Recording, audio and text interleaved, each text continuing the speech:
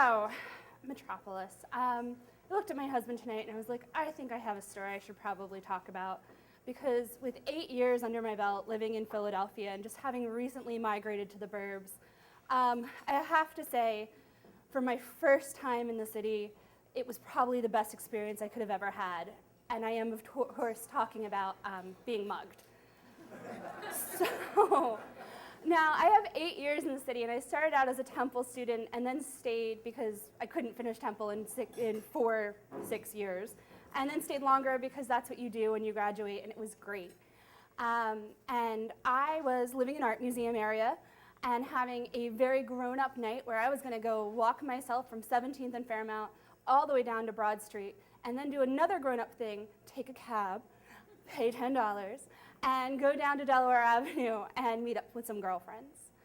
So now that's logical. And leaving the apartment fully dressed with my purse and my heels and heading off to the 16th, 15th, 14th blocks of Fairmount on my way down was completely fine.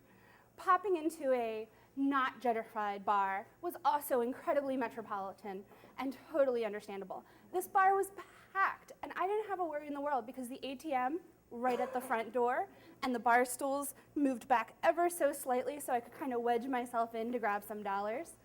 And I looked at the ATM and wondered what night I was going to have, and I punched in my PIN, and I punched in $250, and I decided I was going to have a great night, and the monies came out, and everything was good. And as I left the bar, I thought to myself, none of the things that I had railed against in college about the idea that if I was a mugger, I would not mug in an area that is economically destitute. I would not mug in an area where people were in a downturn. I would be in an art museum or Old City or Society Hill, the places where people have things in their wallets, like money, that they could just take from you.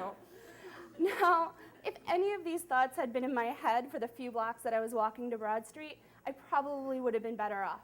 But instead, I was listening to the feet, about 4 to 12 feet behind me the entire walk. I had heard them since I had left the bar. I'd actually heard them when he dropped off the stool right behind the ATM.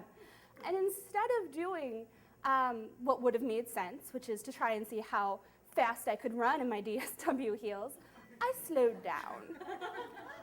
My thought process was, if this gentleman is in this type of a rush and I'm getting freaked out for no reason, I will slow myself and he will pass me and then I will continue unscared. Instead, I got, "Excuse me, miss," and I started to turn around, and then I was told, "Don't turn around." And I said, "Oh." He said, "I'm gonna need that cash in your purse." And I said, "Oh." And he said, "Just reach in, only the cash." And I said, "Oh, okay, that's fair." And he said, just pass it over your shoulder."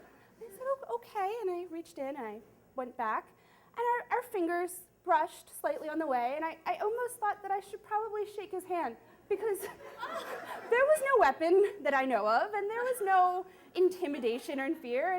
And when I handed off the money, he went, "All right, you just go forward, I'll head back, and we'll see where the night takes to." And I said, "Okay." That's a perfectly logical end to this situation. And away I went for about another 1 block before I cut back all the way down to Spring Garden and ran myself back to my apartment, calling my friends on my way, going, "I'm never leaving ever again." And as I kind of settled into the night, changed, because I was not going down to Delaware Avenue, I realized, glass of wine here, TV, new puppy, it was a $250 night.